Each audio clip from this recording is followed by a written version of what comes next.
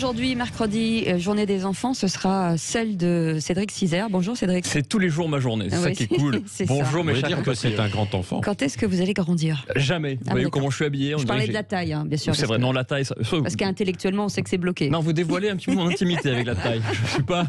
Vous me connaissez très bien, Cécile. Manifestement, vous me connaissez très bien. Donc, on en restera là. Bon, 22, c'est le chiffre du jour. Alors, voilà, bonjour mes chers compatriotes. Bonjour. Aujourd'hui, je voudrais commencer en évoquant celle qui est devenue votre meilleure amie ce week-end, Cécile, Camélia Jordana. Ah oui. Logique qu'on parle beaucoup d'elle puisqu'elle parle beaucoup. Alors je donne 1 million d'euros à celui ou celle qui peut me citer 2 chansons de Camélia Jordana. Je sais pas. En revanche, on peut citer 2500 de ses aberrations. Est-ce que vous connaissez la différence entre Maître Gims et Camélia Jordana? Non. Maître Gims, au moins, quand il a fini de chanter, il arrête de dire des conneries. C'est la différence entre les deux. Camélia a décrit justement son homme idéal pour Télé Loisirs. Et comme beaucoup de gens cherchent l'amour, on sait jamais. Si vous vous reconnaissez, messieurs, appelez-la. Vous risquez rien à part des insultes et un coup de taser. Et un auditeur a voulu réagir sur ces critères masculins. Patrick, écoutez bien, c'est peut-être pour vous. Salut, c'est Freddy, j'appelle du nord de la France, comme mon prénom l'indique. Oui. Alors j'ai vu que pour Camélia Jordana, l'homme idéal c'est un homme féministe, éduqué, conscient, concerné par l'écologie, concerné par les sujets d'inégalité dans le monde entier. Bon, en fait, l'homme idéal de Camélia Jordana, c'est une femme. Oui, c'est vrai, en fait, il n'y a aucun homme qui existe qui a ça. Aucun homme. Et peut-être qu'elle est sur les sites de rencontres. Ouais. Et vous avez certainement vu ce nouveau sondage que j'ai vu hier soir sur M6 sur les applications de rencontres. Ouais. Patrick, 73% des hommes inscrits sur les applications recherchent seulement une aventure d'un soir. Ouais.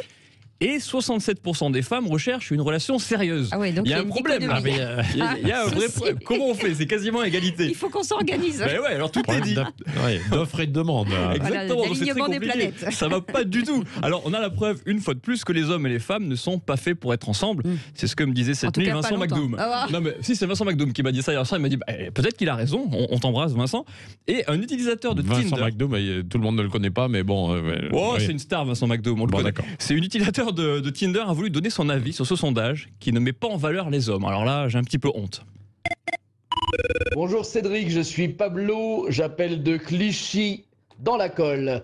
Alors faut arrêter de dire que sur Tinder, les hommes ne cherchent que des aventures d'un soir. Hein. C'est honteux de faire des généralités comme ça. Moi, les aventures d'un soir, ça ne m'intéresse pas. Une aventure d'1 heure, ça me suffit largement. Ah oui, voilà, ça. 1 heure, c'est déjà beaucoup. Ne perdons pas trop de temps. Non, mais 1 heure, c'est déjà beaucoup. J'espère au moins que dans l'heure, il compte le trajet, le repas et le coït. Et la J'espère qu'il compte la douche, bien sûr. Arrêtons les clichés, s'il vous plaît. Bien sûr qu'il y a des hommes célibataires qui cherchent l'amour sur les sites de rencontres. Bien sûr. Les menteurs. Et il y a même des hommes en couple qui sont sur Tinder. Oui, eux aussi, ils ont le droit de chercher l'amour. Après 10 ans de relation, je peux vous dire que l'amour, il est parti très loin. Hein. Il est au Groenland. Encore plus loin, il y a le sexe aussi avec. Là, il n'y a plus rien. Vous allez vous faire des copines, vous, ce matin. Oui, je sais, comme ça au moins les meufs savent. C'est ça qui est bien. Et là, dans la voiture, en couple, il y a les gens qui sont en couple, ils disent il a raison, Cédric Cizer, il faut qu'il se présente aux élections présidentielles. Bien sûr. J'ai réfléchi. Alors, avant le Covid, mon dernier rendez-vous se passait parfaitement. Je vous raconte, elle riait de mes vannes, elle voyait pas que je faisais semblant de l'écouter, vous voyez. Et surtout, elle a payé l'addition. Et ça, c'est très cool. Je trouve ça super. Et alors, moi, je me suis dit, ça se passe bien et je veux être gentleman. Mais j'ai commis une erreur impardonnable. Je lui ai offert des chocolats Mon Chéri. Et là, ça a été le drame. Elle a pas voulu parce qu'aucun être humain normal n'aime les Mon Chéri. Hein, franchement, les Mon Chéri, c'est le truc qu'on a inventé pour pouvoir faire des cadeaux aux personnes qu'on n'aime pas. Vous voulez un Mon Chéri, Patrick? La petite cerise avec l'alcool. C'est ignoble. Qui aime ça? Personne. C'est dégueulasse. Ça fonctionne. Ça se vend. Ça se vend. Il y a des gens au contraire qui aiment bien. C'est la petite gâterie. C'est une petite gâterie. Mais sinon, ça se vendrait pas. Mais je vous expliquais pourquoi. C'est comme ça, au moins, ça permet de. Mais oui, bien sûr que oui. Alors, bien avant les applications de rencontres, souvenez-vous, pour faire des rencontres, on faisait quoi? Il y avait des lieux de rencontres. C'est vrai. Voilà, malheureusement. Et oui, avant, on se rencontrait dans des endroits joyeux, comme dans un bar, un cinéma ou une cellule en garde à vue. Et non, pas sur son téléphone comme aujourd'hui. Et malheureusement, à cause du Covid, les discothèques sont fermées depuis près d'1 an. Je pense à tous les patrons de discothèques, bien sûr. Et moi, je suis triste aussi de ne plus pouvoir entendre tous ces noms incroyables de boîtes de nuit. L'Eldorado, le Macumba, le Millennium, ou encore notre ancien QG Patrick, la poutre apparente, à la queue en brie. Bien sûr, c'était là-bas. On passait des soirées de fou tous les deux. On les embrasse d'ailleurs. On les embrasse. Il y en a une autre qui n'en peut plus d'attendre leur réouverture de ces boîtes de nuit. Écoutez. Bonjour, c'est Henriette du Mans. Comment ça va, mon patoche la galoche?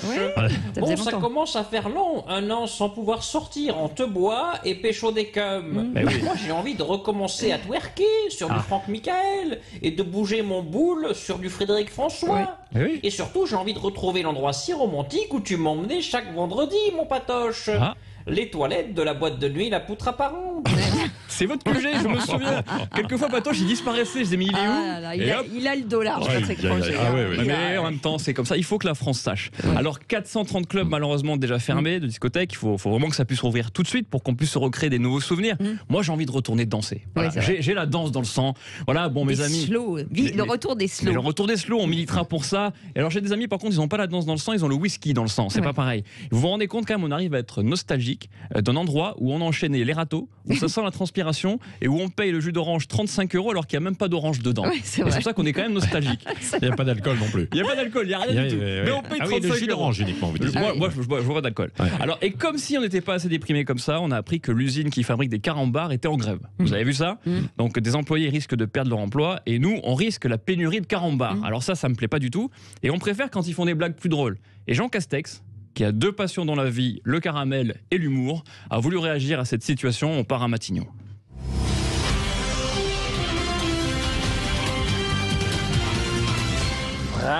Français, le gouvernement espère que la grève des salariés de l'usine Carambar va très vite prendre fin. En guise de soutien, voici une devinette de Bonalois. Quelle est la femelle du hamster? Je sais pas. L'Amsterdam. Donc l'humour, ça marche pas non plus. C'est ça, c'est pas mal. C'est lui qui écrit les blagues carambars. C'est lui qui écrit tout. Voilà, on découvre. Il a 5 minutes. On découvre enfin ses qualités. C'est ça qui est bien. Alors, comme il est très occupé, c'est pour ça que l'usine est en grève, parce qu'ils n'ont pas les blagues de Jean Castex. Et Jean Castex sera au caveau de la République en première partie de Bernard Mabille à partir de mars 2022. On y sera. Merci beaucoup. En partenariat avec Sud Radio.